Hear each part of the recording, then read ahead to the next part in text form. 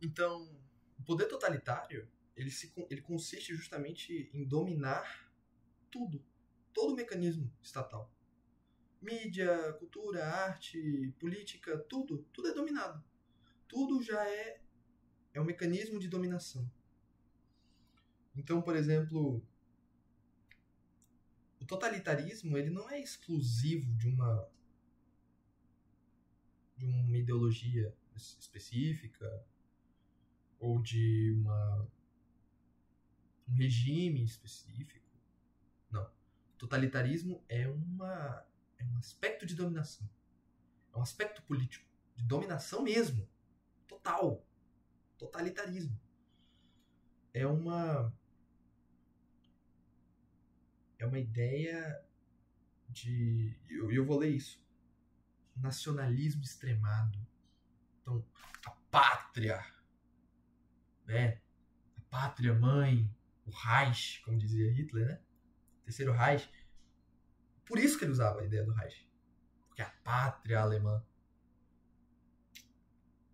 Otto von Bismarck, que é um cara, o primeiro-ministro da Prússia, antiga Alemanha, ele usava muito a ideia do segundo Reich. Unificar a Alemanha. Grande mãe Alemanha. Grande mãe Rússia. Totalitarismo. Claro, não estou dizendo que você amar o seu país é errado. De novo, gente, pelo amor de Deus, não façam confusão. Eu, particularmente, amo meu país. Amo mesmo. Mas eu não posso amar mais o meu país do que o meu irmão.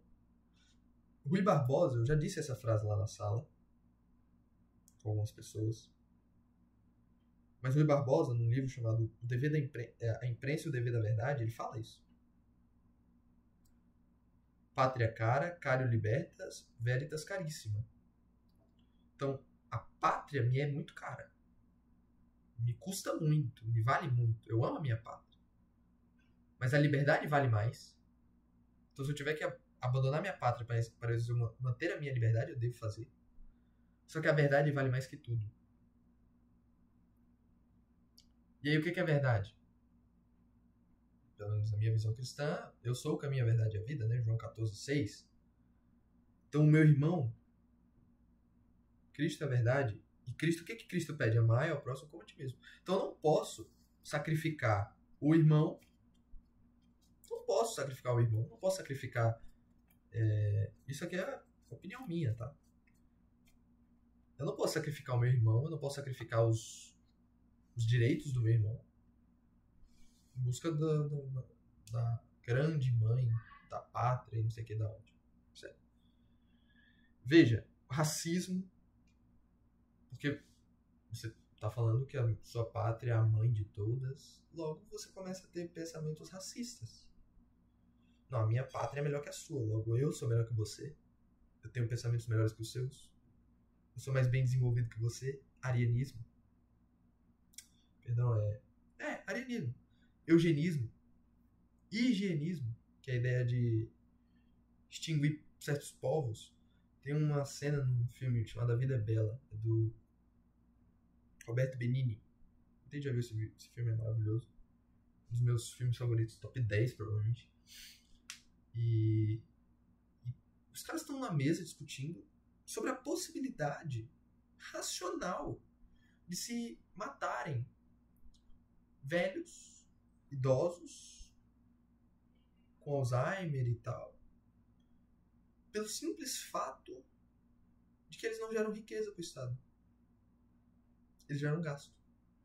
E eles começam a discutir, não, mas se a gente matá-los, a gente vai economizar 3 e poucos milhões, não sei o que da onde. Você fica olhando para aquilo e fala, meu Deus do céu, será que eles estão se ouvindo? Meu Deus. Justificar a morte, a atrocidade, a crueldade. A própria crueldade é um aspecto principal do totalitarismo. E, enfim. E veja, é uma massa. A massa... Cara, o pior é isso. É que o totalitarismo é um movimento de massa.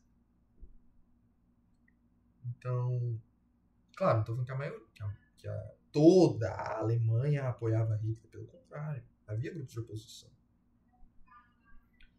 Mas era um movimento da maioria, massa.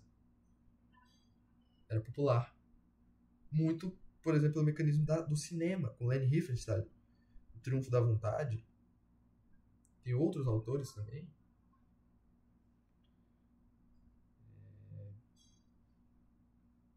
Aqui no Brasil, tiveram movimentos assim. Lá nos Estados Unidos tiveram movimentos assim. Então, veja, como a arte, a cultura entra intrinsecamente a ideia da política. De novo, gente, a política não é só poder. A política é intrinsecamente ligada ao ser humano. O que dizia Aristóteles mesmo? O ser humano é um animal político. Então, espero que tenha ajudado esse panorama geral sobre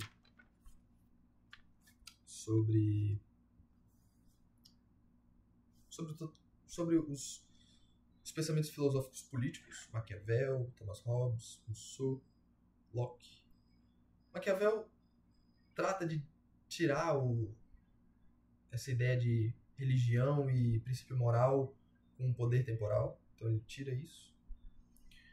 Maquiavel olha para o governante como o centro da política e manter o poder como o objetivo da política. Chegar e se manter no poder como o objetivo da política. Hobbes olhava de uma forma parecida para o governante, mas aqui usando também do mecanismo religioso como uma forma de se manter no poder. Então, Henrique VIII é o grande nome, a grande síntese do poder. Locke olhava para o direito natural, para certos direitos inalienáveis que não podem ser violados pelo Estado, constituições, leis que devem proteger o ser humano do Estado, como se o Estado fosse um mecanismo agressor. Rousseau como o cara teórico do povo. O povo deve dominar, a vontade do povo é soberana e súdita. Deve ser regido, o Estado deve ser regido e deve reger o povo, entende? Deve ser regido pelo povo e deve reger o povo. Mecanismo estatal. E o totalitarismo é basicamente tudo aquilo que torna o homem massificado, são movimentos de massa, movimentos irracionais, movimentos desumanos, movimentos que buscam centralizar o poder em uma direção única. Polarização política é um aspecto primordial. Daniel fez uma apresentação sobre isso no itinerário e foi justamente isso. Ele falou brilhantemente sobre a questão da polarização política. Como a polarização política é intrínseca. Hannah Arendt, grande teórica política, falava: o poder totalitário é movido pela massa, mas também por um intenso desenvolvimento de manipulação e de ideologia. Então, espero que eu tenha ajudado de alguma forma, auxiliado aos estudos de vocês. Novamente peço para que estudem bastante, consigam se esforçar, fazer tudo certinho. Tenho certeza que vocês vão conseguir atingir seus objetivos. Que Deus os abençoe nessa jornada. Esteja sempre com todos vocês. Tenho certeza que Ele está ali, sempre, do lado de vocês, para acompanhá-los. E vai dar tudo certo. Deus abençoe. Até mais.